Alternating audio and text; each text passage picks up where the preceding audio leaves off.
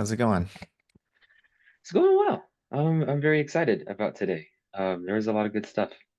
There is so much. Yeah, it was delightful to read Bergson on Plotinus.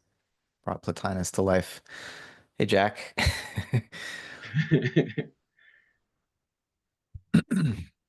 Yeah. Um, Good to see you again. Our video a couple of weeks ago was got a lot of interest from people.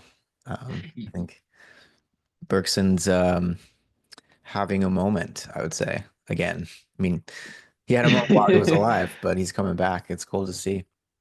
Yeah, I had a lot of people reach out, and it was very nice to see that there's a maybe I'm thinking about starting some sort of community around process philosophy and Bergson in the area.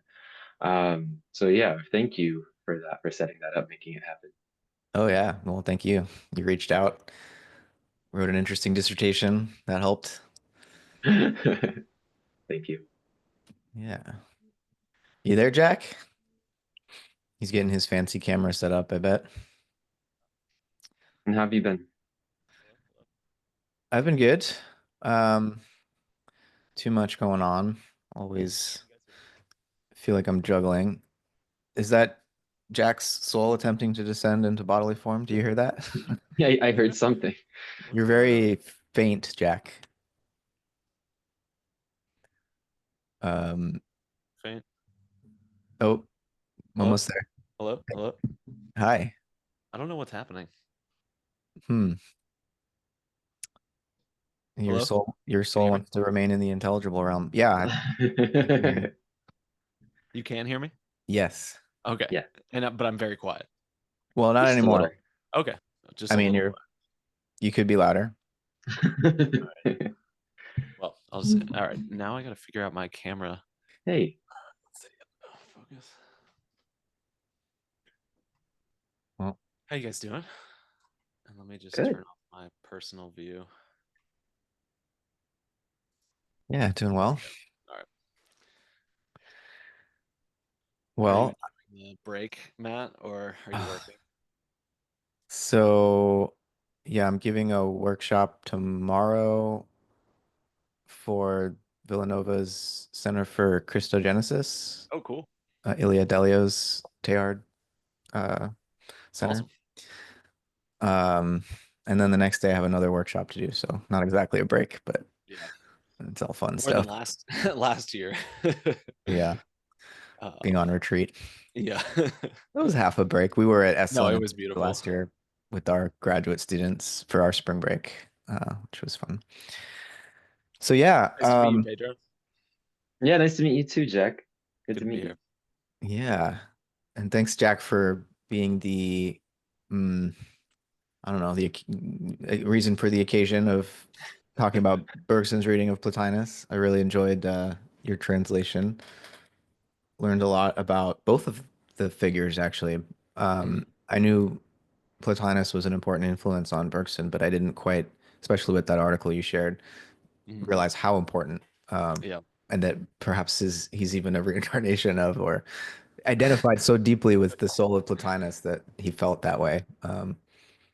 I mean, I don't think he said like so specifically. Yeah, That was the other, I forget the name of the other author that is mentioned in the article who was peddling this idea. I mean, it's fun. It's a fun idea. yeah.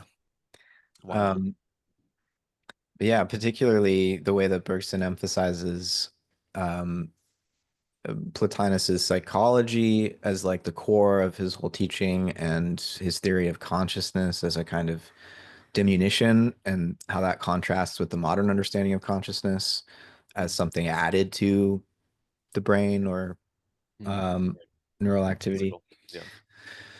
Very interesting stuff. Lots of parallels that I saw with Whitehead too that I'd love to get into.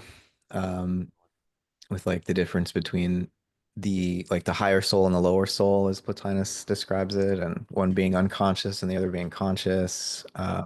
Very much parallel to Whitehead. And Mhm.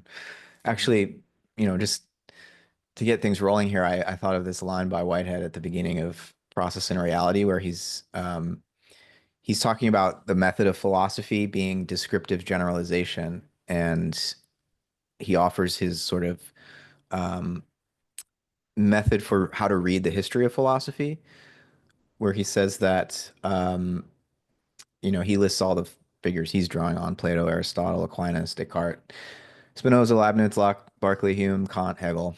And he says the depositions of all of these philosophers merely mean that ideas which these men introduced into the philosophic tradition must be construed with limitations, adaptations, and inversions, either unknown to them or even explicitly repudiated by them. A new idea introduces a new alternative, and we are not less indebted to a thinker when we adopt the alternative which he discarded. Philosophy never reverts to its old position after the shock of a great philosopher. Mm, Um, so I think he doesn't mention Plotinus mm, anywhere in Process and Reality. I don't know that Whitehead mentions Plotinus by name ever, but he does refer oh, to emanationist mm, metaphysics mhm. in Adventures of Ideas as a puerile form of philosophy, so childish, which is very unfair. But there's so many ways that I can see not just Plotinus, but I mean Neoplatonism generally as like the core for so much of philosophical discourse through the modern period too. Like Yeah. what Plotinus is describing metaphysically is like in terms of the role of the imagination and how consciousness is generated. It's so similar to what Kant is doing, but just in a epistemological reframing of it instead of Mhm. it being metaphysical. Yeah. Um, so yeah, so generative. I don't know where you all want to start, but maybe you could, if you each want to share like general impressions from the Bergson Plotinus connection. Well, responding to what you just said, maybe one bridge might be Schelling Mm, for Whitehead, and if we read Bergson in this, um, Leibniz is basically rehashing Plotinus according to Bergson. And when we see this opening the windows of the monad, so to speak, that is a very slight modification to Leibniz system, if you want to call it a system. Um, yeah, I think that uh, when you do these slight changes to Plotinus to get Leibniz and slight change to Leibniz to get Whitehead, mm, there's more in common than there is differences. So, right. Yeah. and even Kant, you know, some people argue is continuing Leibniz project with a new epistemology, Mhm. an epistemological framing. But Yeah. Yeah. Yeah, I I think the parts that really stood out to me, I made some notes here. One, I'd be interested to dig into how their theories of matter are mm, comparing their theories of matter. There seems to be some similarity there, but Bergson really emphasizes matter as I guess, a present that's always recommencing, and so how it's mm, interesting to think about how it's similar, but how his theory of matter is different. yeah, Um, the role of intelligence, like what becomes of intelligence, for Bergson as something that's, I guess, not reified, but a feature of how we act, how we grasp mm, duration is yeah, interesting. The light cone, how he seems to invert that. Um, and mysticism, I think that what you sent, Jack, that paper yesterday, on the role of mysticism. mm, I think that is the I think how the paths converged, at least for me, for Bergson and Plotinus, is that I think the way they put it in the paper was something like, for Bergson, maybe as well as for Plotinus, it's um, mysticism, I guess, the beginning of the philosophy, and I guess an attempt to come back to that. So I think those were the parts that really stood out to me. And then also what I mentioned in the email exchange about Bergson's um, foregrounding of or claiming that science foregrounds the last hypostasis of the universal soul as mm, force, and then we kind of get rid of the soul connotation of it. I thought mm, that was incredibly interesting. mm, yeah.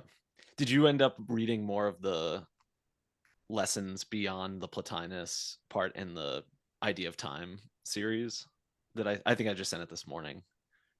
If you sent whatever you sent this morning, I wasn't able to get to, but I read I the figured. Lawler, like I read the Lawler translations Mhm. and your translation and then the paper that you sent yesterday. Mhm. And I have your book. I have your little book of Plotinus Oh, Bergson's cool. lectures. Yeah, yeah, Yeah. yeah. Awesome. Yeah. I should pop that baby out. Yeah, there you go. Thank you. Yeah, I Nice. mean, everything you bring up is like when I first read this, what was like so amazing. I was like, oh, so all Yeah. these insights into these, corners of the intricacies of where they match up and diverge and all of that. Um, yeah, and the article too, like, kind of pushes against some of the clearer lines that Bergson tries to draw, right?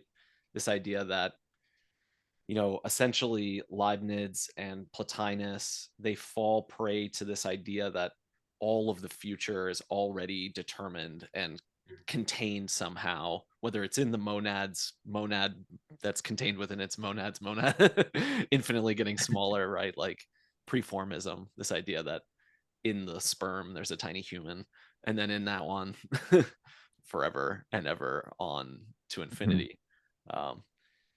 And that really we're just unpacking some kind of eternal plan, right? This is the perhaps unfair accusation that Bergson posits against Plotinus and Leibniz. I don't know if that where that lands for you guys. Hmm.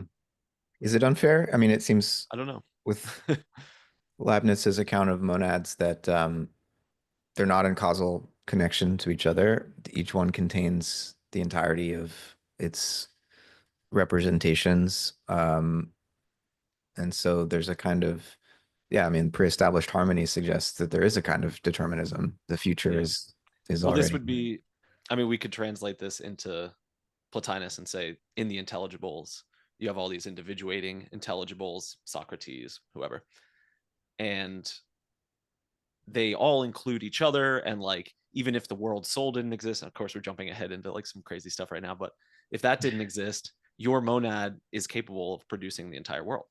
And the Mhm. only reason that your monad hasn't done that is because it doesn't need to, because there is also the world soul, right? And so this, yeah, I mean, I think it's the same idea, Yeah. So, both of them.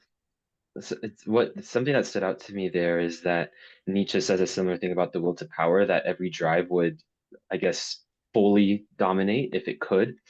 Mhm. Um, but in Nietzsche, I guess there's the ethical direction of the will to power to what the will to power aims isn't as clear or doesn't have as, the good or the one Mm-hmm. pointing to it. So see I it started to a lot of the themes that I started seeing Plotinus started to kind of see in Nietzsche. I don't know if he ever mentions Plotinus, but so far as he's a critic of Plato, I guess he's a critic of Plotinus. That's interesting. Yeah. Yeah, can't remember Nietzsche explicitly mentioning Plotinus, but I imagine not a fan. Uh, Yeah. Picture.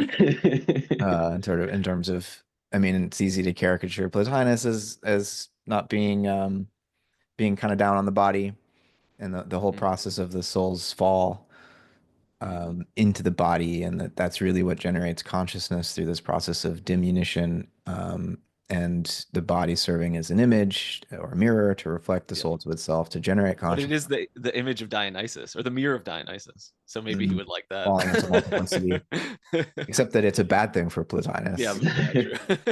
But it's Uh, also He inevitable, right? I think yeah. Bergson kind of tries to push this, that like, and it was also in the article that like some things can maybe be said in a kind of degrading way, but then actually Plotinus redeems them and thinks that they're good. Like the soul is clearly less than the intelligibles. It's moving, it's all these things. But the soul is also beautiful and amazing and great, you know?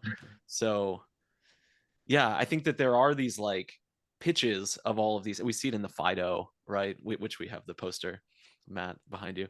Yeah. Um, but we also get very embodied descriptions of things too, and a lot of scholars today are drawing this out in, um, in Plato and in Plotinus. So it's not necessarily fair to see this kind of oversimplification that of the despisers of the body or something. And maybe it's had that effect on history, but Yeah.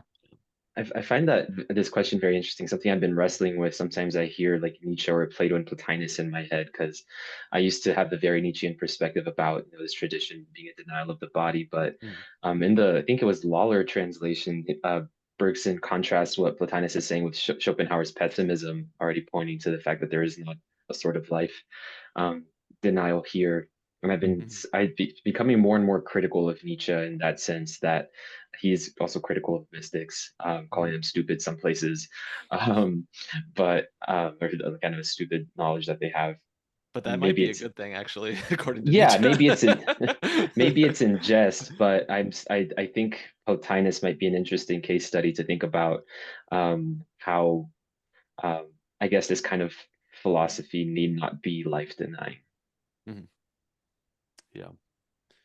Yeah, it might be Mhm. good to say something like about what's similar between them, because I think that the dynamism of force and will and this view of there's the world that we understand through language and logic and that we categorize, but then there's this subterranean, non-present, virtual tendency world of forces that is really what things are, right? And this idea comes up in Plato, it comes up in Aristotle.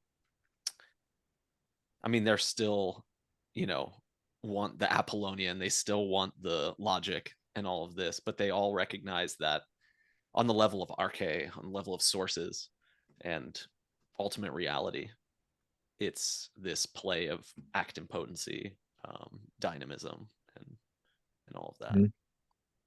Right. I mean, Or eros in Plato and in mm, Plotinus. mm.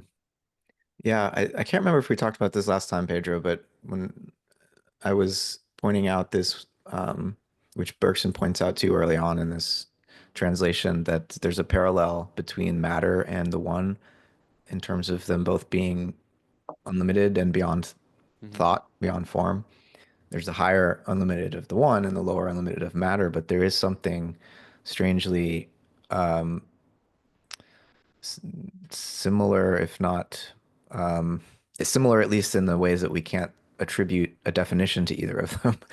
They're Mm-hmm. both sort of beyond form, Yeah, and and there's beyond consciousness. and beyond consciousness, and so there's like the hint there of some kind of possibly a reconciliation between lowest and highest, and that maybe there's a way of understanding Plotinus so as to avoid the body, which is already higher than matter because it has some form to it, not just being a degradation of the higher, but in some way a necessary consequence of the one, the one's excessiveness, Mm-hmm. um, which is mirrored in the kind of excess of matter itself. It's in excess of form. Um, so I don't know. This There's, is sorry. please. This is where I think it'd be interesting to do even a comparative study of Simone Weil's mysticism with Plotinus, because she says in Gravity and Grace that the highest resembles the lowest.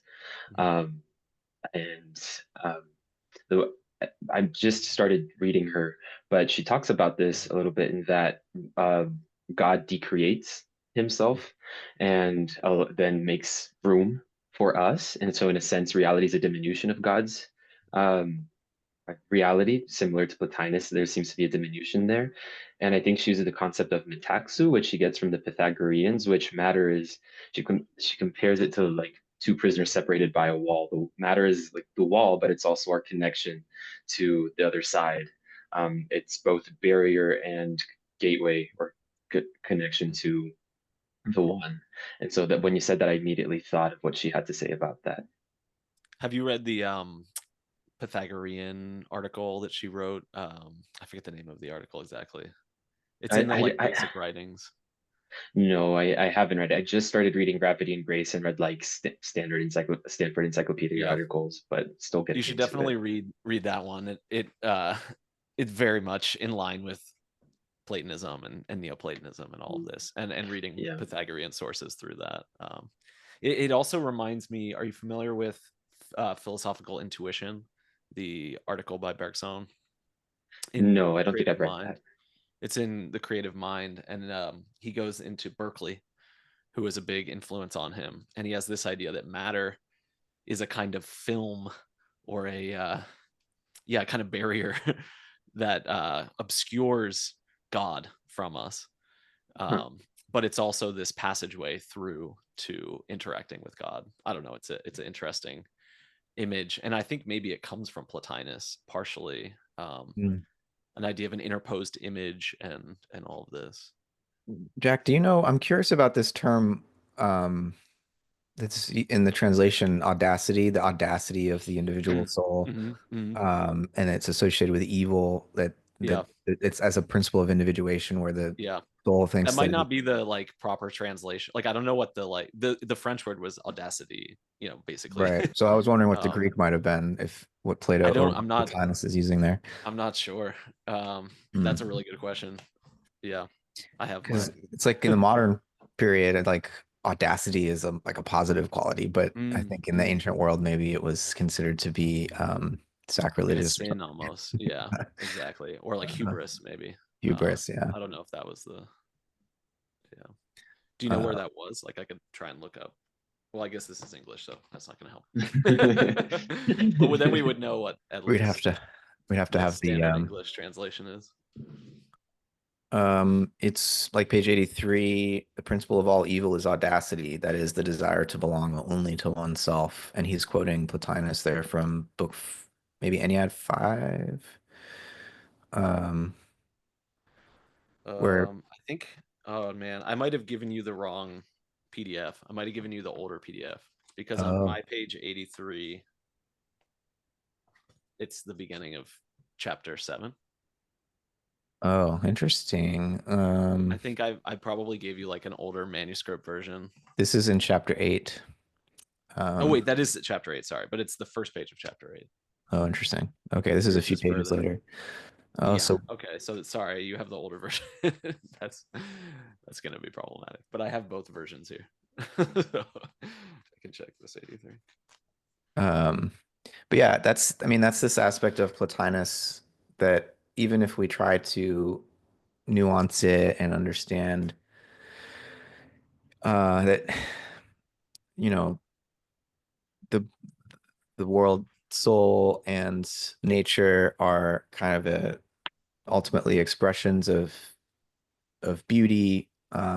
Still, at the same time, it's clear that he thinks um, individual souls are, in some sense, we're asleep because of our entombment in the body, Mm, and that and whether it's through contemplation and this mystical unity with the one, or through death, that is a kind of realization that what we thought was being awake in our normal consciousness is actually a kind of sleep, right. and that death is awakening from that dream. And in some sense, um, that's plausible to me. Mm, But I also just feel like it's in the like it can't just be the modern understanding and like an evolutionary account of things is just wrong. I feel like I want there to be some advance here that doesn't leave Plotinus behind, but that somehow gives value to consciousness, say, as actually, if even if we still understand it as a diminution or a limitation in some sense, which is how Whitehead would view it, and I think Burson too, that limitation actually might enhance and intensify value on yeah. some level, and that Yeah. actually maybe the divine wants or even needs that, dare I say, Mm, audaciously. yeah. That limitation is like part of the process of divine incarnation, and that, you know, that's the direction things should go, and not just the Mhm. direction that is the result of a fall, you know. And so I don't know, these inclinations in me might just be a result of how deeply fallen I am into this modern form of philosophizing, too influenced by matter, and eros, but I can't help myself. You know, so this is a kind of reading of like an inversion maybe of Plotinus that's still like doing honoring it, but you Mm, know, inverting it doesn't necessarily, it's not the same as just rejecting it. It's like Mhm.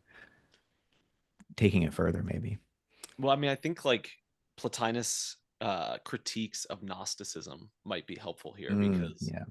he clearly doesn't think like this is all a mistake or that this is like wretched and broken and that it should be like thrown out, right? And I think that those moments of disrespect for the body in the face of death and like the, all the things like wealth, fame that are surrounded by the idea of the body, right? And the impulses of the body, um, is just one moment, right? And this was also in the article that action is not just because action is a kind of weakened form of contemplation doesn't Mm. mean that action isn't exalted by Plotinus, right? Just because something is a weakened form of a higher reality doesn't mean that it's not a dignified reality in its own right. Mm. Right. Yeah. Is that, but Bergson reads contemplation as itself a kind of activity, right? And Yeah. is that different from Plotinus, would you say? Well, Aristotelian energeia, it is certainly an Mm. energeia. Yeah. This is something that I've been ever since I started reading Bergson is I'm thinking about what sort of techniques he might suggest or used in order to get ourselves closer to intuition or have that Mm, intuitive uh, mm, gaze. And for me, I think the closest I've come to understanding that is mindfulness meditation in Buddhism. For me, that's the best technique. But it'd be interesting to hear, I don't know, if this is something that you attempt to do, if there are certain techniques, either in Bergsonian intuition or also like Plotinus seem to discuss certain techniques for um, mm. elevation of the mind. That's something that I find very interesting. Are you familiar with Hadot I from read Plotinus? that's the book that got me into Plotinus. Okay, cool. Yeah, because that Yeah. one's, as far as I know, the one most kind of in the direction of a method, right? But Yeah. Bergson speaks of it that way, and I think that like there's a lot of parallels between Bergson's method of metaphysics and Plotinus's method, especially this idea of like the attention to life, right? We need a radical shift in the kind of attention, and attention is really everything here. The fall of the soul, its audacity, is because of a sort of attention, at least according to Bergson's reading, right? You have this rug with lines going in all different directions, and our attention picks out one shape that's not actually a shape by itself, but we isolate it from the whole. And that's how the soul finds a body to enliven, right? It attends to some part that catches its attention, and through that it begins to care for the body and Mm. brings it into life and sustains it. Yeah, that cloud example was really awesome. His Mm-hmm. imagery is amazing. How he Mm-hmm. thought that way, but I thought that cloud example was perfect. How Mm-hmm. yeah, the shape's there, but also you put a shape there, and so there's this meaning of I guess your gestalt forming perception and what's already there. I thought Mm-hmm. that was just a very interesting way of describing Hmm. fallenness. Yeah, and this is what Bergson thinks in matter of memory is how memory works and how recognition works and how we form ideas in our everyday life, that the body starts to take on the form of the memory, and the memory inserts itself spontaneously, automatically into a body that invites it. So in order to remember things, we actually have to like start enacting a habit within our body or within our imagination, and then memories can come to insert themselves like Yep. intelligible souls descending. It's like when I absentmindedly walk into another room for something and I'm like, what did I come here for? I have to turn Yeah. around and then come back. I'm like, oh, Yeah. yeah. Yeah. Exactly. Mm. Yeah, before I forget, the one thing that you made me think of that I wanted to mention right before you started talking about memory is about the process of intuition or the method. What I find really interesting about it is that the process, I guess maybe I think of it as a process of purification of the mind, going along with the meditation aspect of honing your attention. Um, I think what's powerful about that is if you're thinking like Bergson in terms of having metaphysics as a complement to science, that science is inherently aethical, amoral. And having that sort of metaphysical education, I think, is in itself an ethical education, and so is a way to bridge, I guess, the gap between science, metaphysics, and ethics that I find very powerful there. Mm. Yeah. Definitely. I mean, science strives to be um, amoral, not, just bracket value and just observe the facts. But like attention itself, there's an ethics of attention. What do we pay attention to? What do we take an interest in? The facts, like the world is composed of potentially infinitely many facts, and so like which ones are you going to attend to? So there's already an implicit value judgment in a special science to say, Yeah. oh, I'm interested in this set of facts over here, and not everything else. And so in some sense, like as much as scientists in modern science has wanted to jettison metaphysics, at the end of the day, to justify science, you really need a robust metaphysics. Um, and it seems like this Platonic and Platinian understanding of the sensory world as a kind of in our embodied perspective as a kind of confused perception, and that if we only try to build up our knowledge of things from sensory experience, we end up with a very partial picture. And to understand the soul as this mediator between above and below, the mediating between sensory perceptions. I should say the conscious embodied soul is, what does he say? It's unifying what the body differentiates into the many senses, but it's also differentiating uh, from the idea, from the nous as something unified. And so it's like above the soul is a unity that it is differentiating, and below the soul is a multiplicity that it is unifying. And I think understanding like what the Mm. human um, the human soul, that human consciousness is engaged in that way helps us avoid any kind of crass reductionism where we imagine we could explain everything just in terms of what we empirically observe and measure. It's like Mhm. less than half the picture, you know? Mhm. So, um, while we might not want to take on board the sometimes body denying aspects, it's important, I think, to acknowledge that the work that scientists are already doing in coming up with sort of universal laws and principles to explain the empirical realm implies this kind of a metaphysics. It's just they don't want to unpack that often Yeah. because it gets mystical pretty fast. Mhm. Mm. The magic of the world soul. Hmm.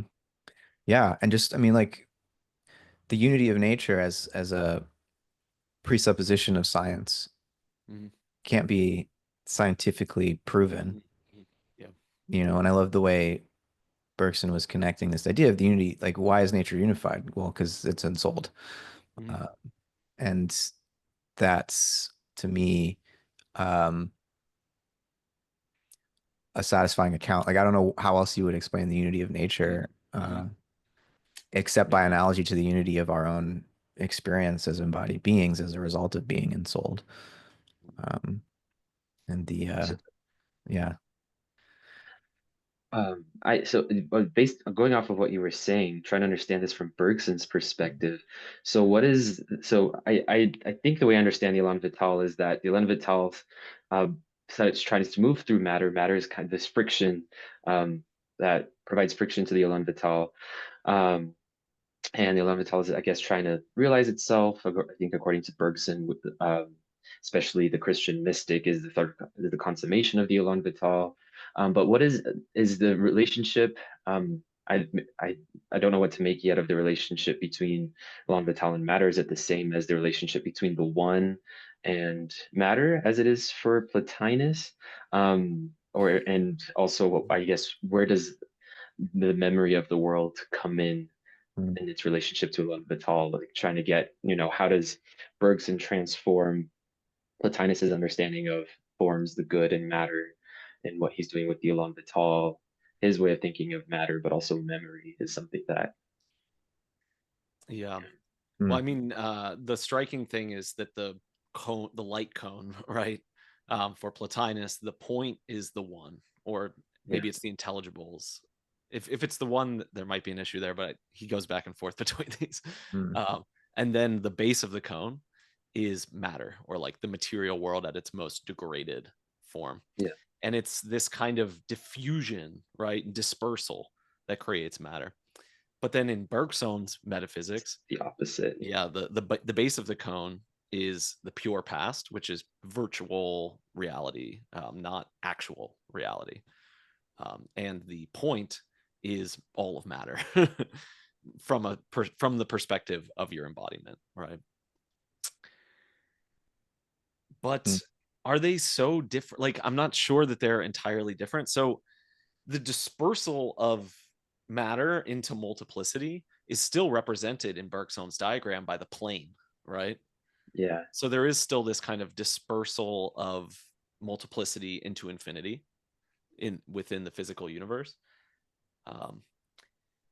And we still have the base of the cone, which is supposed to be our totality of our memories, all of the moments in our past life. Doesn't matter if we properly remember the details, but everything that's happened, right, is there virtually. Well, that same multiplicity and infinity, technically, is the intelligibles. So they're right at the opening of the cone as it first starts to split, right? And we get this idea in an introduction to metaphysics of the Newton light experiment, where white light is put through a prism and then you get the rays of light that come out. He uses this to say how the intelligibles can be not the cause of individual intelligibles, but how, in the same way, red, the prism breaks the spectrum up, and red is part of that spectrum. It is not a causal relationship. It is just a dispersal of the same reality, right? It's not A causes B. Does that make sense to you guys? Like, Yeah, they've mentioned a few times in the lectures, I think. Yeah. Hmm. um, so Yeah. it's interesting to just, you know, there are obviously major differences. He inverts the cone in these things, but as you actually push on it more, you realize that you could have actually done the diagram in a number of different ways. And when we start to superimpose them, they actually fit with each other still to some degree. Mm. It's Yeah. almost like the forms become like evolutionary in the sense that if the past is what we make the forms out to be, then the forms are in a sense always evolving. Yeah. Hmm. Which I think Whitehead has a sense of this with eternal objects and the fact that new events open new possibilities. Like, we have an infinite set of essences which make possible an immense diversity beyond what we can even experience. If you take a kind of spinicist approach to Whitehead there, right? The Mm. infinite expressiveness. Yeah. But actually, as things keep going, the world that, and Deleuze talks about this a lot with Leibniz, but like the world that the God monad prehended in its initial view of things is being renegotiated as things happen in history. So yeah, it's a kind of temporalizing of maybe Leibniz and Plotinus's view of the intelligibles and the monads. Mm. Yeah. Would you say, Pedro, you were asking about the place of the elan vital in Bergson and how that might relate to Plotinus. I wonder if, Jack, you see it as akin to like the generative reason or logos, that's what Mm-hmm. Bergson means in some sense by elan vital. It's like um, that which he talks about the logos. Plotinus talks about the logos working and not just being eternal. Yeah. Um, and so it's like an idea in motion in a way. And Yep. it sounds like the elan vital to me. Is that how you read it? Completely. And this idea comes from the Stoics, which Plotinus admits and which Hmm. Bergson talks about. And Felix Ravison, who is one of Bergson's mentors, wrote a book on, or it's actually an essay on Stoicism that goes into how there's this tension. And this tension is the same as kind of the conatus or tendency or elan vital, any of these kind of, we might want to say, like, anti-vitalist principles of life. Mm. It's kind of an entelechy, if you will, as well, or an energeia. But this tension that is both mind and body simultaneously, these logoi that living logoi that connect multiplicity in time and give it coherence. But you also only ever get one piece at a time, right? When you're talking, you have one word, and that word by itself is not meaningful.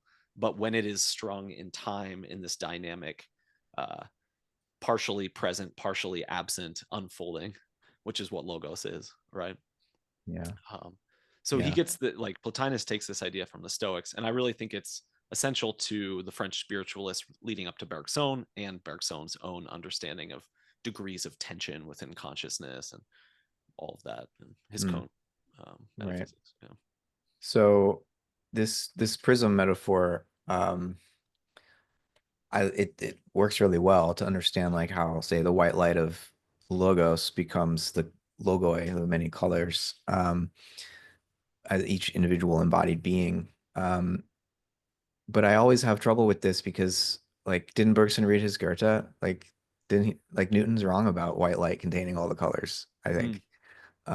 Color is a function of the mixture of light and dark, mm, in Goethe's view, which is more like Plato's view of the soul as a mixture, mm, mm. which I, Well, it's interesting.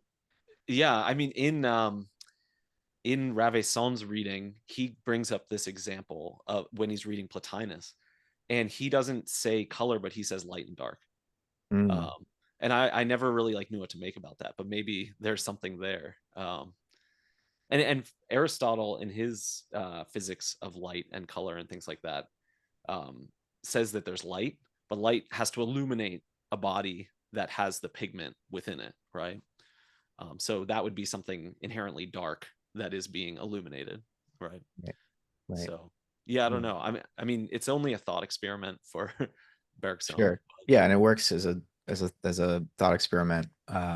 Mm, But he's just so critical of Newtonian mechanism generally. I figured he would want to adopt the Goethean reading of where color comes from. mhm. Um, but yeah, this is also just one of my like um, annoying ticks whenever I see the prism metaphor used. I'm like, oh, but that's not actually right. But uh, doesn't light work differently than so you have the color wheel based on light diffusion, and then you have a color wheel based on color pigment. And the one is all sort like if you mix all the colors together, you get black with color mhm, pigments. But if you mix mhm. all the colors together with light, you get white light. Yeah. I mean, so Goethe distinguishes between um, physical color, chemical color, and physiological color. So like physiological color would be like when um, you stare at a blue patch for a very long time, and then you close your eyes, you'll see yellow. Mm-hmm, mm-hmm, That's physiological color mm-hmm. because he thinks the eye is always striving to meet what comes from the world Yeah. with its opposite, with its polar opposite. Mm-hmm. Um, Chemical Yeah. colors are like what you described with Aristotle, um, what the pigment sort of reflects. But physical colors have more to do with like the medium, and so a prism is a medium, and it's in Goethe's view, it's the edges of the prism that actually color becomes an edge effect where light meets darkness, and where Newton generates this seven color spectrum is a very contrived experiment that actually involves Mm-hmm. two prisms Mm-hmm. at Converging. exactly the right distance from each other. Um, and it's very difficult to reproduce that. But a lot of the colors in the Newtonian rainbow are produced actually by the overlap of primary colors, and so Mm. it's not just about refracting white light, but yeah, this is kind of a Well, tangent. But he had this like wheel that had the primary colors on it. And when you spin it, if you spin it fast enough, it yeah, looks like it's white. sure, yeah. I mean, this is a fascinating thing, and plenty of people have pointed out that Newton's not just wrong; it's just that they're approaching this in different ways. But Mm, I think there is maybe this isn't totally a tangent because if we Goethe wanted to affirm that darkness is a positive principle in a way. It's not just the absence of light. And mm, so if you think about, what Plotinus tends to say about matter as just it's like where the light runs out mm, in a yep. way. Mm-hmm, Um, I mean, it's not necessarily in contradiction, but the like uh, it seems like matter is equated with evil. St. Augustine certainly goes there, I think, based on a reading of Plotinus, Yeah. as just a mere absence, Yeah. privatio. And Goethe's account of color is inviting us to consider um, evil or darkness not just as the privation of light or goodness, but as its own principle in a way. And you could say it's the principle of resistance, like you were saying, Pedro, with matter being what Elan Vital meets as resistance. And in some sense, that meeting is what gives rise to the diversity of forms of the living world, you know, which is maybe good in a way, I, you know. I'm not very familiar with Goethe's work. I'm about to read Faust with the Cloth of Million, but not so much with what he said on color, but how is what he's saying, how would it be different, say, from the Manichaeism that Mm. Augustine opposed? Um, yeah, that's a good question. I think it's similar to the Gnostic, right? I mean, it would be somewhat. Yeah, I mean, I don't think Goethe was a Gnostic though, or Manichaean when morally speaking. Um, he has this great phrase. Let me see if I can remember it. He says, "In morality, I'm a monotheist. In aesthetics and art, I'm a polytheist, and in science, I'm a pantheist." Um, Oh, I didn't mean that Huh. Goethe was a uh, oh yeah, no, I know, but Gnostic. No, yeah, yeah. yeah, just to, I was just clarifying. No, yeah, Um, yeah. That's beautiful.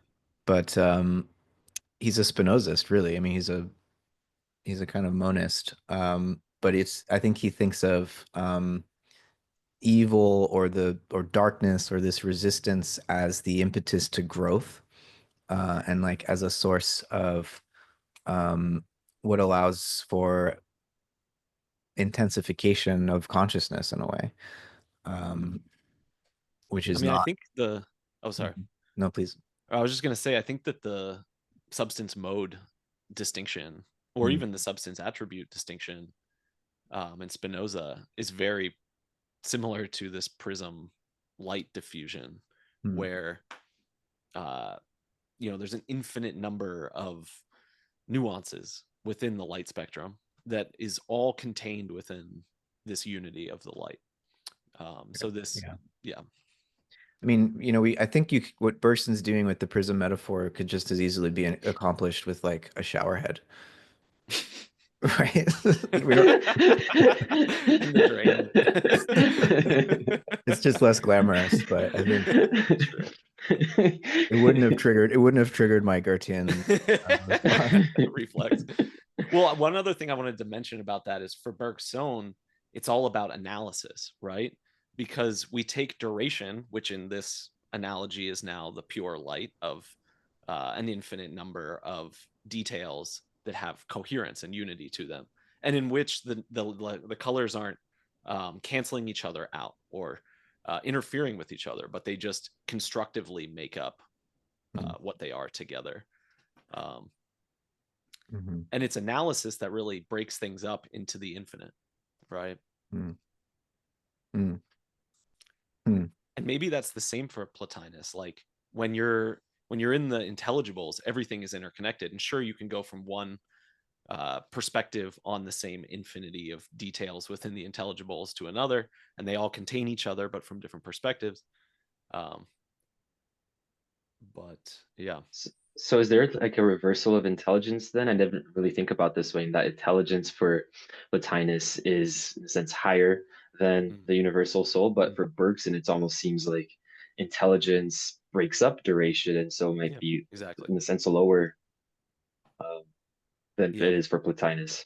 yeah, that's my thought. And yeah, this whole question of the descent versus the ascent is very similar to Bergson's idea of the attention to life pointing us, towards matter, giving us concepts, turning everything into static, spatialized propositions and symbols and things. And Mhm. then the reversal, the disengagement, detachment from the world, and turning back. And for Bergson, it's turning towards duration and towards this tension between pure memory and the becoming of the present. But for Plotinus, it's just stepping straight into the ideas, Hmm. or further, I guess, if you can.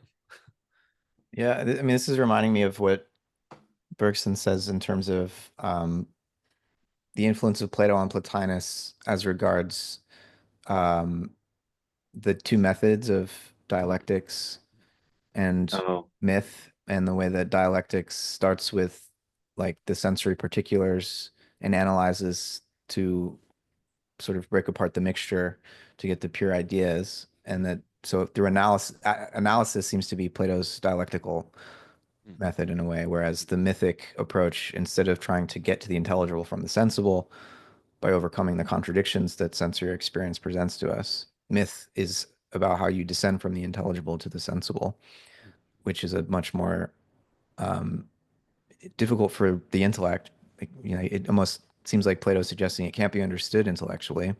It can only be understood imaginatively. Mm-hmm. Um, and but Plotinus seems to not follow Plato in this exactly, or at least I want know to this is a yeah, this make is the a really good. mythic more metaphysical, I think is how Yeah. Bergson puts it. Mm-hmm. Mm-hmm. Um, and so that means synthesis too, which I guess in Plato's sense would be more about the mythic descent. Mm-hmm. For Plotinus becomes more of a properly metaphysical method. Mm-hmm. Yeah. Is that right? I mean, this was where I Yeah. was having a little bit of trouble following what I Bergson was mean, I trying to think say that's about right. Plato and Plotinus being a little different on this point. Mm-hmm. Yeah. Yeah, I mean, there's also this like relation between Plotinus and Aristotle, right? So Aristotle being Mhm. using the same exact metaphysics, more or less. I mean, according to Plotinus and French spiritualist and Bergson, they have the same philosophy. It's just what's going on in it is a slightly different focus. And Aristotle wants to do science. Now, on the other side of his philosophy, he touches on these, even, the book, the theology of Aristotle was actually Plotinus in the Middle Ages. It was misnamed. Mm. Um, so this Mm. idea that like, Bergson spends all of his books kind of pushing in the direction of science, but there's always these kind of metaphysical, you might even say phenomenological or something like that, spiritual insights that come from some sort of interiorized method of reflection a la Plotinus. Yeah, Mhm. and obviously the the thing that Plotinus adds to Plato is the kind of Aristotelian rigor, but not doing science, doing this metaphysical psychology, um, Mhm. which Aristotle could have done himself, but didn't or something. Mm. to what you to I guess the how this started the discussion of the difference between rising from the sensible to the intelligible through dialectics and the other way around through myth making. That reminded me of Plotinus's explanation of the fall of the soul as like a more like there's the moral explanation and there's the explanation of necessity. Yeah. I thought that was interesting, the idea of almost like an original sin, which seems to have sort of a life denying theme, but Mhm. also a form of necessity, which I think you mentioned earlier, Jack. Mhm. Um, but I thought that idea of sin there was interesting. It reminded me of a Dharma talk that Thich Nhat Hanh gave, or at least that I heard about through a monk podcast. That Thich Nhat Hanh, in his talk, he held up a leaf and he asked the crowd, "Is this leaf inside you or outside of you?" Mhm. Some people said inside, some people said outside, and he said, "Well, I think that this distinction is original sin." And it reminded me a lot of, maybe is that a similar insight that in the intelligibles, everything's together. There is no external or Mhm. internal. Mhm. And what's the moral, what's I guess the moral teaching, moral and metaphysical teaching. That is there a common one between that what Thich Nhat Hanh was saying and what Plotinus is saying? I don't know. If that strikes a Yeah. chord, but Well, yeah, I mean, this question of the moral, I think, gets at also what Matt was saying, where I mean, if the fall is just moral in the sense of a committing sin or something like that, we've lost what's in Plato, which is that you go back into the cave, to help people and to spread philosophy and to turn people towards the good. And I wonder how that plays out in Plotinus. I mean, this is the whole question of mysticism and everything like that for Bergson is precisely that Plotinus just wants us to escape to the one, and there's no coming back to help people or to care unless you're just falling again, right?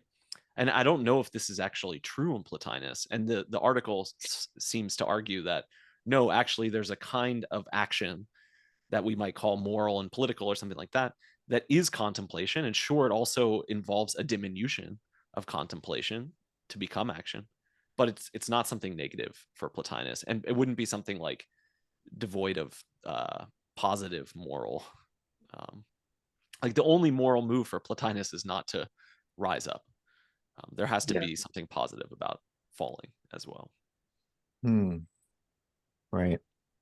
Yeah. I mean, this distinction between the world soul and individual souls, Mm, one of them is that there's nothing external to the world soul, whereas individual souls, part of the fall is we end up with this confused perception where we think of things being external to us mm, that we perceive. And that very externality is what allows us to be conscious at the same time.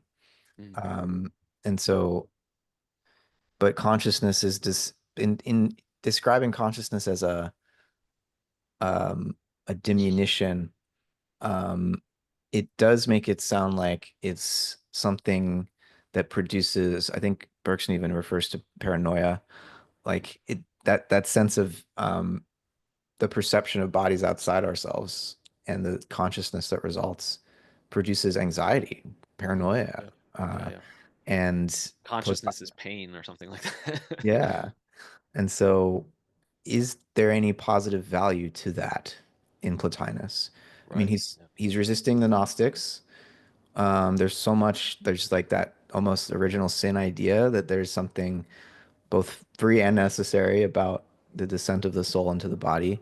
There's a very, like, I feel like the only other ingredient you need for this to become Christianity, which I mean, it's not a little ingredient, but like the incarnation, Yeah. where like, somehow things get inverted when the divine takes Mm, on, the logos becomes flesh. It's like, oh, mhm, this helps me see the novelty of Christianity to read Plotinus, like holding that line where there's so much that's similar here, but metaphysically, it's more consistent, actually. The idea of the incarnation is kind of crazy. Uh, Fair. but Yeah. Yeah. it does, the idea of the incarnation does allow for us to affirm that the pain that comes from consciousness is of some value. Right. Like the divine wants that for some reason. Hmm. Suffering, passion, it's not just a mistake. Yeah. It's like actually it becomes the way to overcome sin, weirdly. Yeah. Um, so I don't know. That just, I mean the like the sense of duty or something, or like obligation maybe is important here, because this is really important for Bergson in the two sources. And um you know, I mean, Socrates is concerned with the city, with other people, with like the contingency of history and things like that. yeah. um Plotinus says these things like, don't ever look at my picture. You don't, it's an image of an image twice degraded. Doesn't matter who my parents were, like what my life is like, or anything like that. Um, yeah, it does feel like Plotinus goes in that direction. Like I want to try and save him somehow, Yeah. and I don't think it's very Socratic. I mean, if you compare like Epictetus and Plotinus, Epictetus looks a lot more Socratic, right? Mm. While maybe Plotinus is more Platonic. I don't know, but um, the nitty gritty in the getting in the mud, pots and pans, right? Like this aspect of Socrates, it's hard to find in Plotinus. Although I guess he tried to like start a city based on philosophy that like, you know, was basically a university. But Yeah, he seemed to be well liked. Children frequented his house. He took care of them. He had many students. So it's not like it doesn't seem like he seemed like he was a pretty good guy. Maybe not a Socrates, but maybe he was. I don't know. Porphyry doesn't really tell us the most, right? Mm. Yeah. But it seems like the students came to Plotinus, whereas like Socrates was always wandering around bugging people. Mhm. Um, so yeah, they just had different motivations. And one was like, I know everything. The other one's like, I'm an idiot. Yeah. But I mean, That's it. one commits Go ahead. suicide and the other just like Plotinus just died of natural causes. Is that right? Or am I forgetting something? I can't remember. I gotta get out Laertius over here.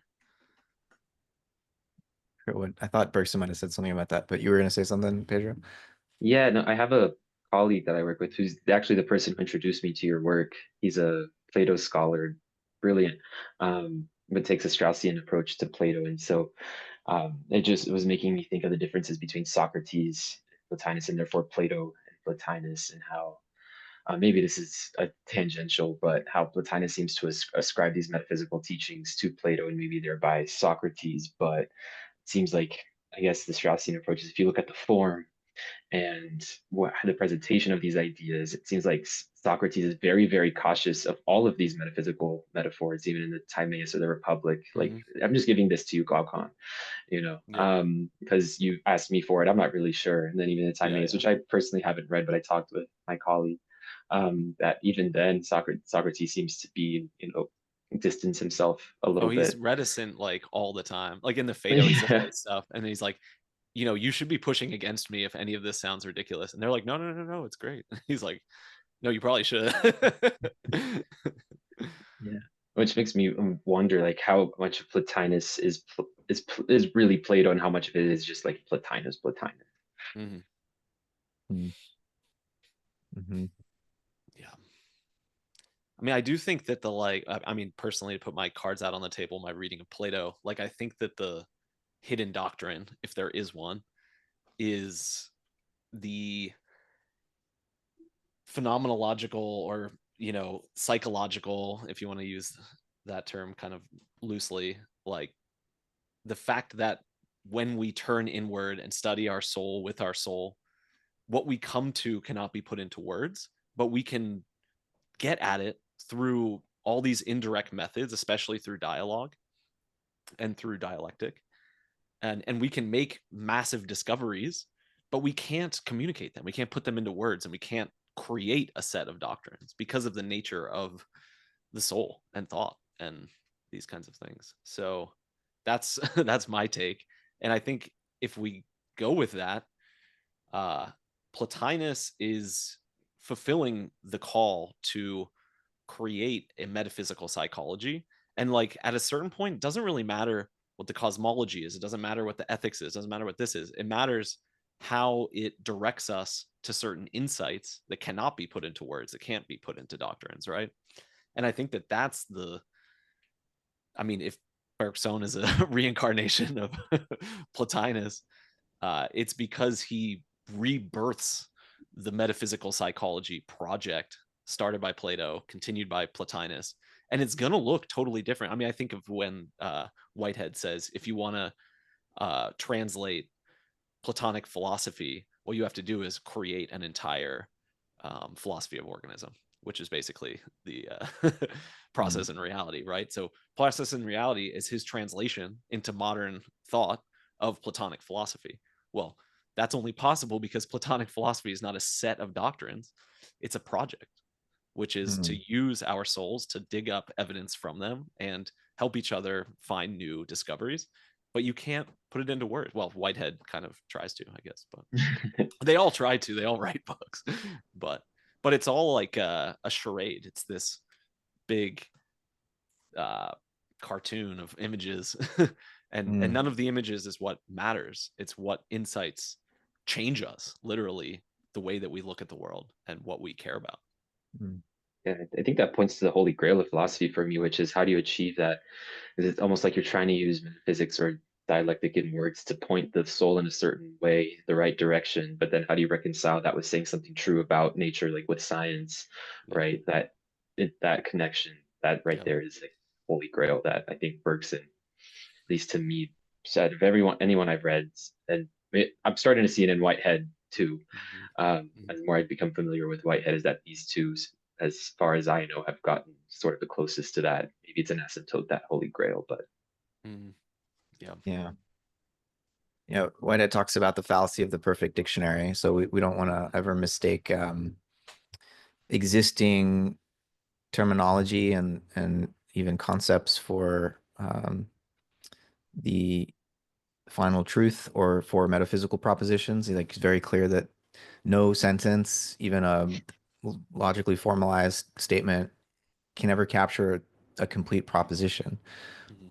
Um, and philosophy for him is more like, um, yeah, trying to come up with metaphors and images and experimenting on the instrument of language itself. But at the end of the day, whatever a philosopher can produce are just going to be, he says, metaphors mutely appealing for an imaginative leap. Mhm. And so that's like the participatory element. Like there's something about the way that Plotinus and Bergson philosophize that does call us to attend to our own souls and to, intuition is like it's the soul touching itself in a way. And there's no gap between the soul and itself. And so without that gap, it's very hard to pin terminology on what is experienced intuitively in a way that can be communicated to others or even, for ourselves. Like the nature of intuition is such that it seems like there's a reciprocal causality, if we can even attribute causal relationships, such that like when I think about my own thinking, I change my thinking, Yeah, you exactly. know. Um, and so that Well, and kind of like I think, activities, yeah, you yeah. can't you can't freeze it and turn it into an intellectual concept. Mhm. And this is exactly like what's happening in his reading of Plotinus, right? Like he, Hmm. by thinking through Plotinus, he's thinking new thoughts. And like, did Plotinus think these thoughts? Well, he had the inquisitive spirit that led to the thinking that he had, and Bergson's picking up on that beginning, right? That initiation point, that's in Plato, that's in Plotinus, that's in Bergson, and that Whitehead takes up anew, right, for Yeah. himself. This is so important that, um, as much as I resist a sort of emanationist picture in the end, like to recognize that the discord that is inevitable when we are embodied souls is overcome when we turn our attention to the world soul, which we all share and we're all inside of, and that constitutes the principle of movement for the entirety of the physical cosmos, what Mm-hmm. provides it with the unity, and there's no discord at that level. Mm-hmm.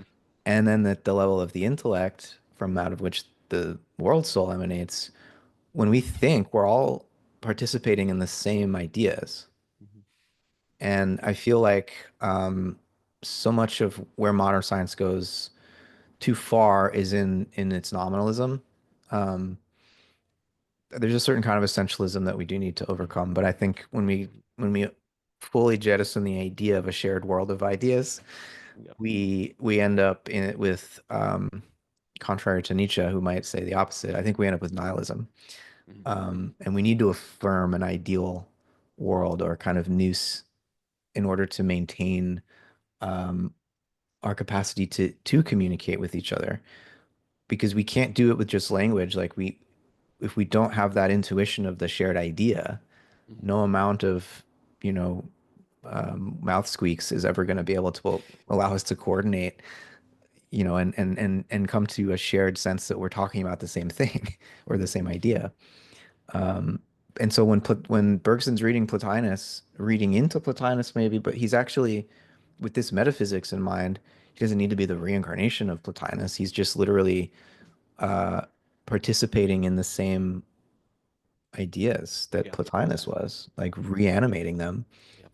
and seeing what the connections are there in the same way that Plotinus would have, thousands of years ago. Yeah.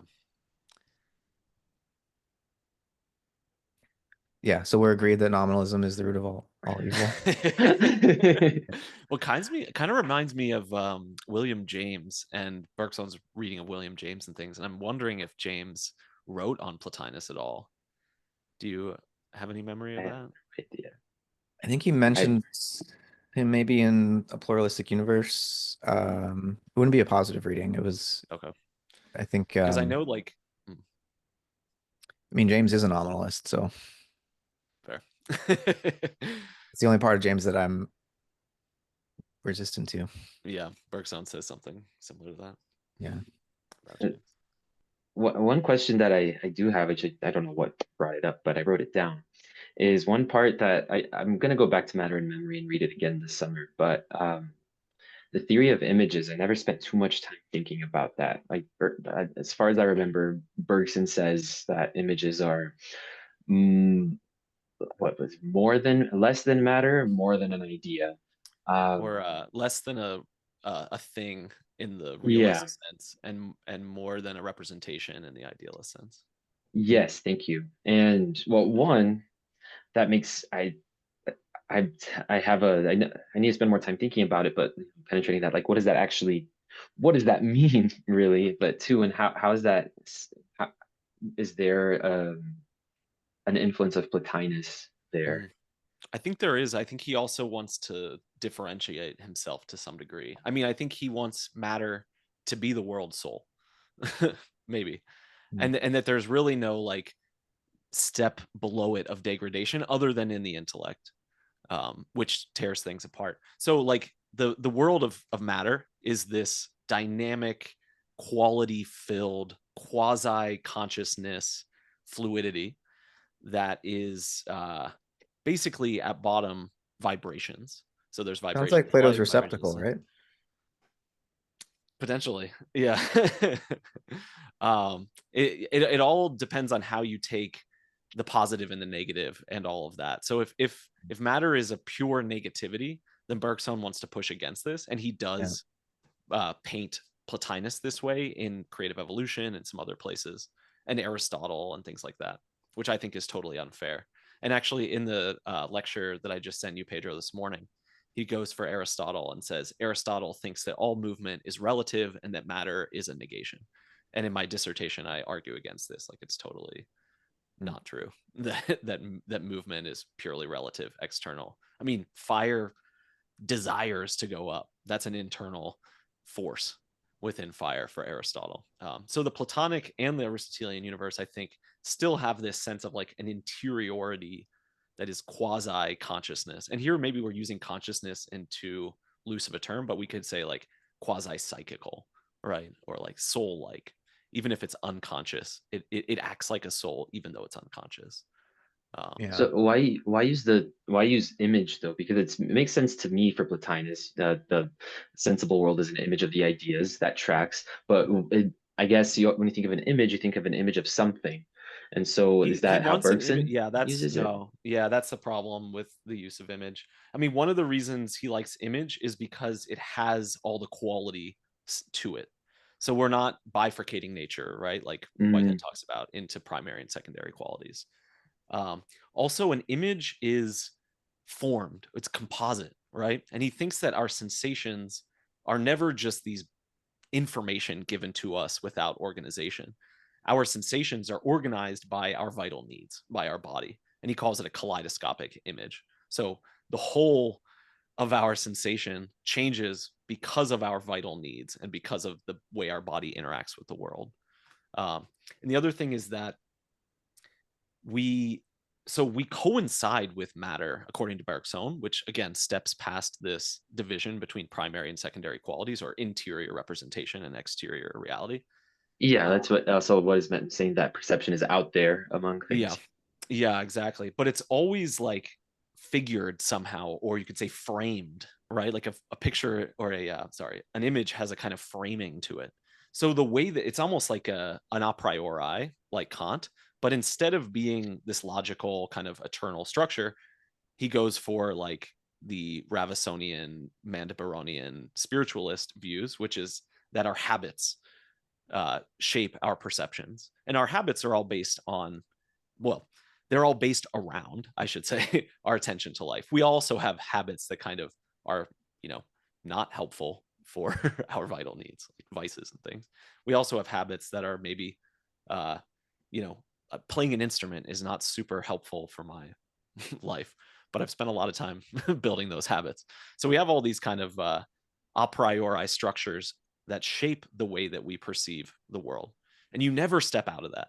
It doesn't matter how. So he goes for this idea of like a pure perception, right? Try to remove all of the interpretive structuring of our sensation. Don't have any habituation of our perception. Just have this wash, right, of qualities and feelings. Um, it never really works. Our memory steps back in, and we start to integrate our each moment of our experience into a conscious, you could say what's it called, the logos. Matt, what's the term that Plotinus uses? Grammaticos. I mean, Yeah, that's that's something. the Stoic one, but Yeah, what you said it earlier, but oh, anyway, the generative reason. Yeah. regenerative reason, like forms because memory steps in and gives continuity to our experience. Hmm. Also, like all of our experience of matter is contracted. And what he means by that is like, the red light or whatever is 40,000 oscillations per second. But we contract what is like a billion years or something of movement, if you were at the right speed, into an instant, and it becomes a quality. So all of our sensations are these contractions of a bunch of movements into something that for us has the quality that it has through that contraction. Yeah. Yeah. This term, the Greek antilepsis, that Bergson mentions towards the end of his lectures, it strikes me as I mean, apperception would be one translation, right? Yeah. Seems to be related to this contracting you're talking about. Then it Yeah. struck me that maybe like lepsis, sans the anti, is like a good Greek term for prehension. Oh, 100%. Yeah, I was gonna say. Yeah. And anti, I gotta say, doesn't mean anti. It kind of means uh uh A doubling or something. vice almost, like when something is like in relation to something else but opposed to it, but not contradicting it, and not um yeah, not like a contrariety, but almost like a contrast and polarity. Folding upon itself in a way, maybe. Holding in relation, or holding in I don't know, like matter and form. Aristotle uses the term kata, or sorry, anti kinane or something like that, to mean sits opposite or something like that. It's not an opposition though, in a logical sense at all, and it's not a contradiction, and it's also not a contrariety in the sense of hot and cold. It's another kind of contrast. This is like very particular usage in Aristotle, which 100% Plotinus was aware of the technical use there. And it's also a technical term in Stoicism. Right. Yeah. Just on the image, Bergson quotes Plotinus saying the pure act of thought hides itself inside, not yet having proceeded outward, but the logos, having developed it and directed it towards the imaginative faculty, reveals it as in a mirror. Then there occurs conscious perception of thought. And so image thought becomes conscious by way of images. Right. Yeah. In Plotinus, at least. And is that And in what Aristotle. and Aristotle? And how is Bergson's sense of image different from that? Or is it? It probably isn't so different. The image is not a snapshot, so we should be very clear about that. It's not these freeze frames that then have animation added to them. And Deleuze picks this up, like the movement image, right? Try to form an image of movement, and that will give you an understanding of what image is for Bergson. He literally goes for that in chapter 4 of Matter and Memory. So an image of movement is durational, right? And it involves not only what is actual at any given instant, but also the virtual, retention of the past and the anticipation of the future, which is included within movement and included within logos for that matter, right? As it unfolds itself in time. But like Pedro was saying, it image implies it's image of something. And so there's already a kind of doubling. Not necessarily, I think, within Bergson. That's a really interesting question. I don't think the image is representational in any sense for Bergson. Hmm. Um, Right. the image is the entire universe contracted from a certain perspective, but also taken somewhat abstractly. It's not an instant, but it's maybe a differential, right? Instead of a point, it is a infinitely small amount of change. Hmm. Um, That Hmm. the metaphor I've seen is that perception. Like I really like what Bergson has to say about perception being externalized, not a faculty of like speculation, but as directed towards action. And mhm, what I guess my understanding was that it's almost as if our perception is, I guess, almost like a monad in the sense that mhm, it's the whole, it's everything reflected through the needs of our body and our memory. mhm. Um, and that makes me wonder, is the term perspectivalist accurate to apply to Bergson? And in particular, I'm thinking, what I don't think he makes a distinction between primary and secondary qualities, but I'm trying to formulate a question here that gets at the connection between perspectivalism and primary and secondary qualities, and maybe how that relates to Bergson. But I mean, I think I he don't has know. a sense in which qualitative heterogeneity unfolding within immediate duration is original, and then qualities as things that we pull out, extract from that in order to talk about, the color red or the feeling of happiness or sadness or something like that. Um, there's a distinction there between the sort of externalized communicated version of the nuances of our experience and the ineffable, we might say, heterogeneity of those experiences in our lived duration. Hmm. Could we connect what Bergson is doing to the way that Spinoza and Leibniz would talk about confused perception? So, like for Bergson, the intellect generates this confused perception of external bodies, Mm-hmm. whereas intuition is more like, um, I mean, Spinoza literally uses the term intuitive science to refer to this third kind of knowing, Yeah. where you know through the divine, basically, or you could say you know through not your individual soul, where things appear to be perceived externally, but you know through the world soul. Mm-hmm. Well, you Um, know it through generating it, I think is the way to think about it in hmm, Spinoza. Yeah. which would be how the um, world soul, I mean, that's akin to the world soul generating Yeah. bodies. I mean, yeah. Exactly. Yeah. Mm, And through enactment, yeah, well, rather than contemplation maybe, but not for Plotinus because those would be the same thing. mm. I mean, yeah, again, I just think about what there's such a mutilation that occurs when science limits itself to saying that, I mean, there's contradiction here too, that only the empirical world is like a valid source of data about reality, but at the same time, natural science nowadays, especially physics, is constantly conjuring models that can't be perceived, that are supposed to explain what we do perceive, so it's not really empirical. Yeah. And so there's a lot of contradictions there. So it's an implicit metaphysics that's not acknowledging itself as such. Yeah. Bad, bad metaphysics. But I think there's something to this idea of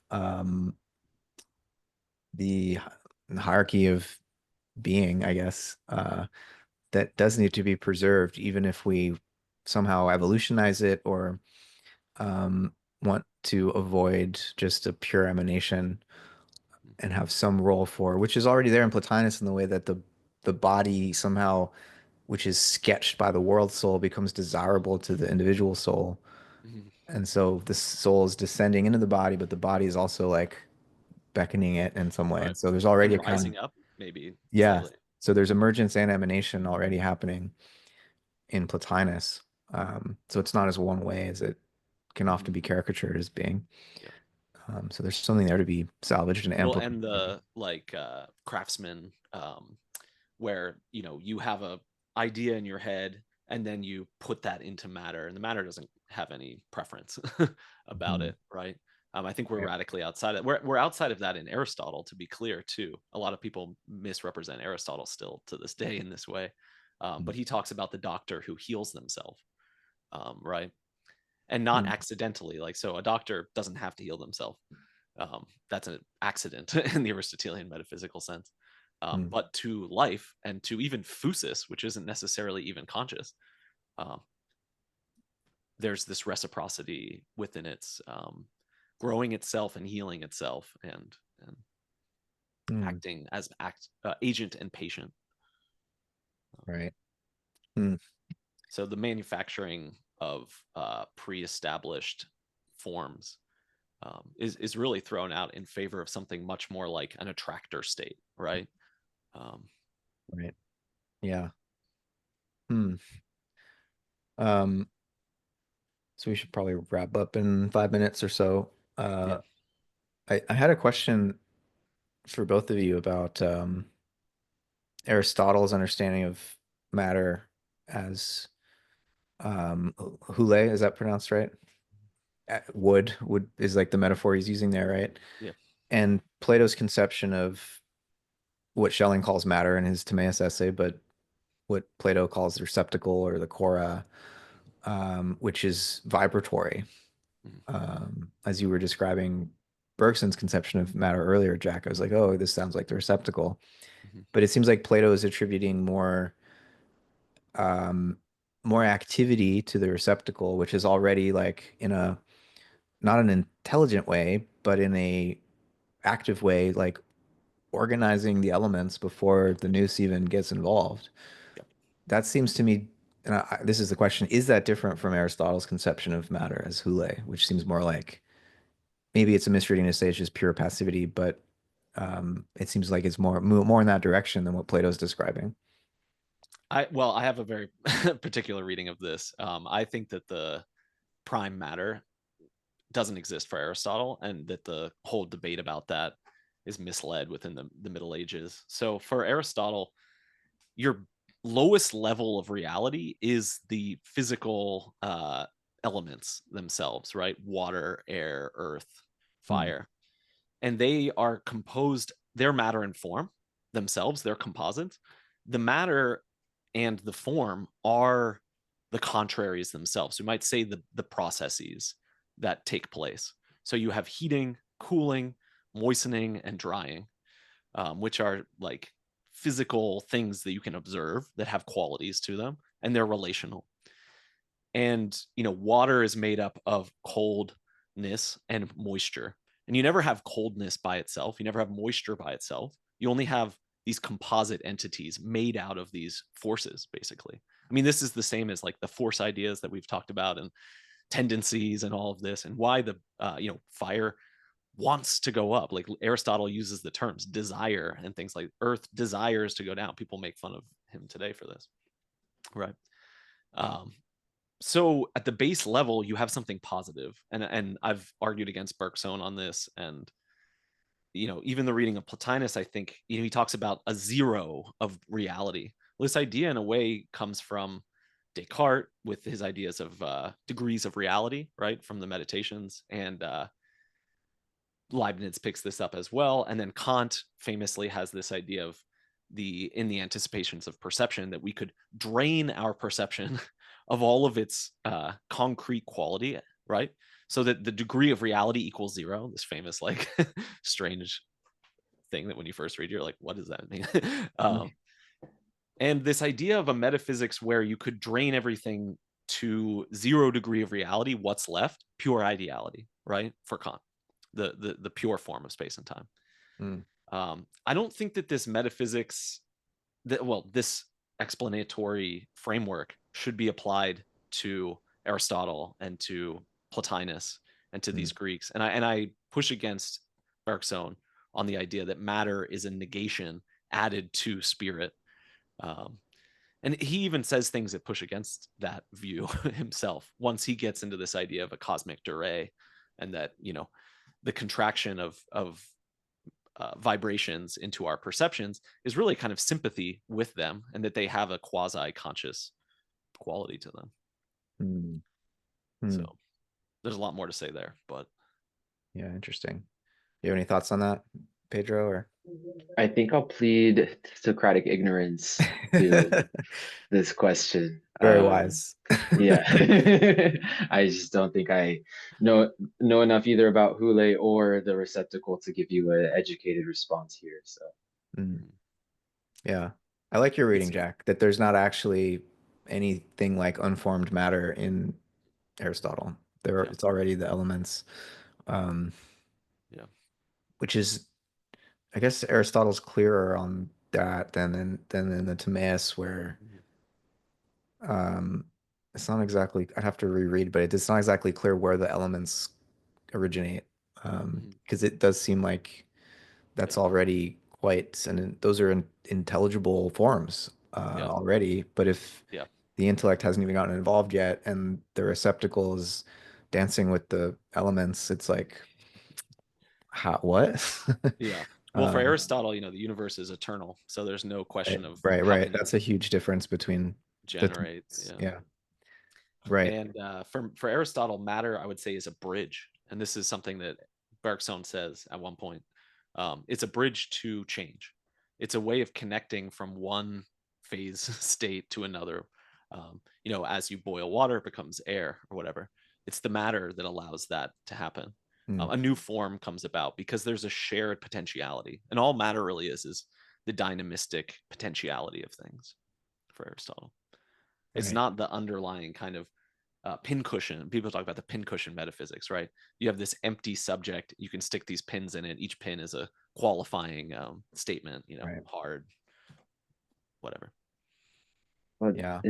and I don't know if there's time, but that led me to the question of the relationship between matter and the Lalande Vital again, and that again, there's the idea that there's a separation of matter that you mentioned, that matter is almost this negativity or negation of spirit, but also matter is also temporal. He describes it as a present that's Mm-hmm. always recommencing. And so is the Elan Vital, is it its main function or one of its function in that wherever it goes through it, it retains memory? Mm-hmm. Um, Mm-hmm. I is Yeah. that what it's capable of doing, and that it's distinction from matter, but also can't be fundamentally distinct from matter, Well, I right? think matter by the time of creative evolution is more of a tendency than a reality, right? You have this like movement and it tends in the direction of, you could think, Mm, thermodynamic equilibrium, dispersion, or habituation, mechanization, or something like that, versus fluidity, flexibility, adaptability, suppleness. So he sees them as tendencies springing from an original kind of psychical activity, which is movement in the end, because movement is like quasi consciousness. Mm, Um, yeah, like the way I find it interesting the way he describes matter as what's left in the wake of mm, life. yeah. That's something that I still The, contemplate a lot. the coming off the back of the boat almost, and which is emanationist in a way. Again, it's like what we mm, see in the world is the dispersal of the elan vital into forms. Um, mm. And now that's an ongoing thing that will innovate for Bergson, and maybe it's not for Plotinus, but Yeah, that's another reversal in the sense that, almost in the sense that intelligence has this grasping, stabilizing function. Matter, in a sense, is more stable than the pure creation of the Elan Vital. So it's almost the reverse. Reality moves yeah. in the direction of creation, and ideas are left behind. Whereas for Plotinus, ideas are driving Mm-hmm. the Mm-hmm. movement. Mm-hmm. Mm-hmm. Yeah, that's neat. Um, yeah, we should wrap up, but Pedro, I know you wanted to explore the possibility of writing something uh, on all of this, and just to plant a seed. I'm totally open to that, and I'm kind of excited about that actually. Um, I I have this reading of Plato's divided line, and this relates also to what we've been talking about with Plotinus and where does the body fit, and I read what Plato does with the divided line as more of a pedagogical maneuver rather than a metaphysical statement, so that like we need to begin on the philosophical journey by seeing the sensory world as illusory. But once you climb the ladder, there's a way in which, just as, matter and the one have this resonance with each other as both being infinite, there's a way in which once you realize that there are forms and that you can sort of intuitively identify with the forms as the highest form of knowing, where subject and object are canceled, you can then go back to the sensory world and see it not as an illusion, but as literally like a kind of like you can see the sensory world as an expression of the archetypal world or the intelligible world. And so it's only an illusion when you think that it's real instead of a projection of the archetypal. And so it's like I call this like 360 Platonism, or like after you divide the line, you then need to complete the circle and like return to the sensory world or come back to the cave like Socrates and like try to tell people what's really going on. And so I don't know. I think if we can, I would love to be able to save Plato and save Plotinus from like a two-world theory, which they're constantly being, I think, flattened into. I don't think it's a fair reading. So, Mhm. um, Well, there So is the two worlds. Oh, sorry. Oh, so I was just gonna say, well, first thing is, it sounds based on my limited understanding of Whitehead, it sounds like he's trying to do something similar to yeah, this, like with potentialities. And two, reminds me of the Zen saying that the beginning of Zen practice or Zen training, the mountain is not a mountain. At the end of Zen training, the mountain is a mountain again, or something along yeah, those exactly. lines. Begin with the negation of reality, then you make the circle back. Yeah. Mhm. So, I mean, if that's what if you brought that up, like in terms of like exploring that, I'd be happy to. Cool. I mean, I think that that's what's at stake in matter memory to some degree as well. And I do think that there's a lingering sense of two worlds in the active or the actual and the virtual, right? And even Proust like talks about this, that there's the you in the moment superimposed by 1,000 images from your past that don't square with the present. Like you're not reducible to who you are in the present at that moment. And this virtual self, which is infinite and nuanced and complex and has multiple tendencies and things like that, that will never square. And so our spiritual, like even Bergson has this idea of a concrete or deep self and a superficial self, right? And the superficial self is the self that we display and that we put into images or that exists in the actual present. But we're much more than what exists in the actual present. Yeah. Yeah.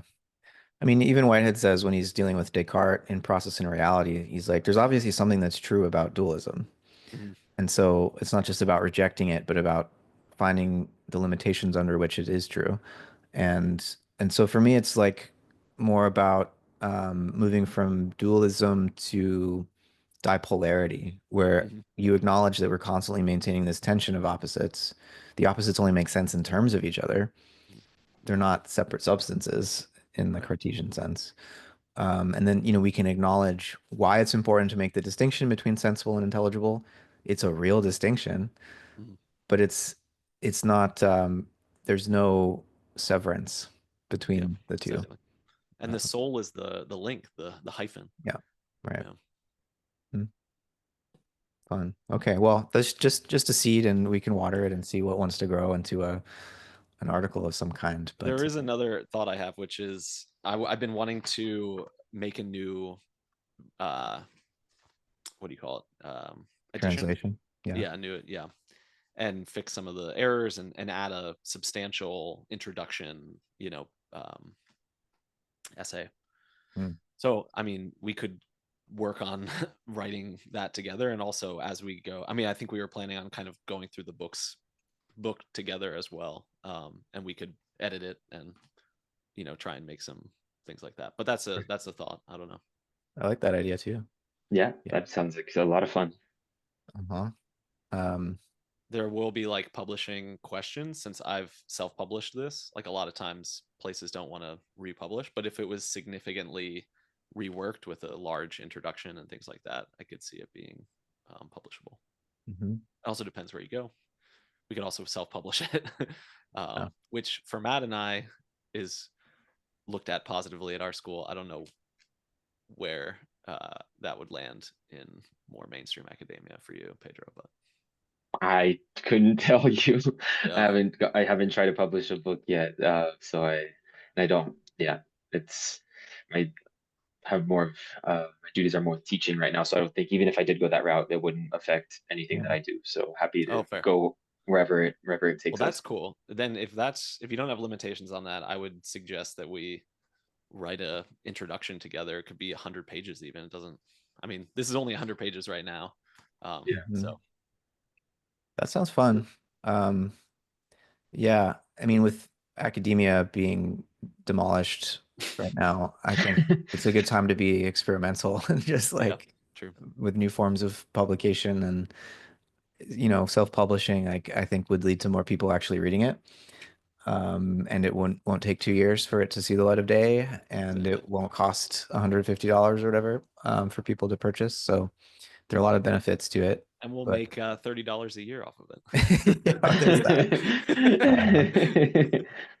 um, yeah, and also I feel like given Whitehead's dismissive comments about the puerile metaphysics of the Neoplatonists, I feel like I'd want to I really am looking for ways to disagree with Whitehead, and this might be a place to do it. So, in a long And introduction, we could talk about the reception of Plotinus, Mhm. in the 20th century and correct some errors, maybe.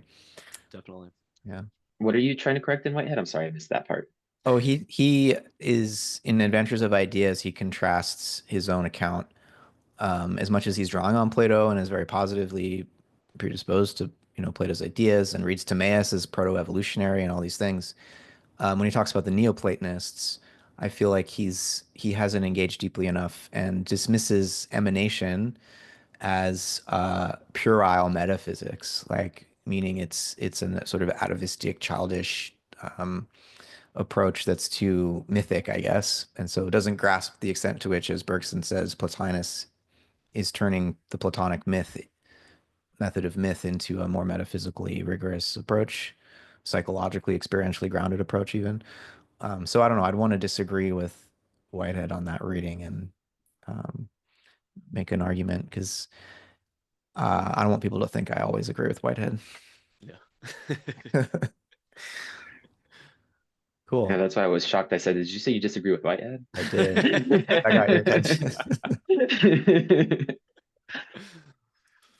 Great. Well, this was a lot of fun, and let's uh, let's keep the conversation going over email and figure out how to move forward with an introduction and or article. I mean, could be both. Yep. And yeah, I like thinking with you guys. Awesome. Cool. Me too. Yeah, likewise. Cool. Well, Jack, enjoy your spring break. Yeah, you Pedro, too. sounds like Well, you're as still much. in the thick of it, but teaching and whatnot. But yeah, appreciate the 90 minutes together. Yeah, that was Thanks, wonderful. man. Thank you guys. All right. See you next time. See See ya. ya. Bye.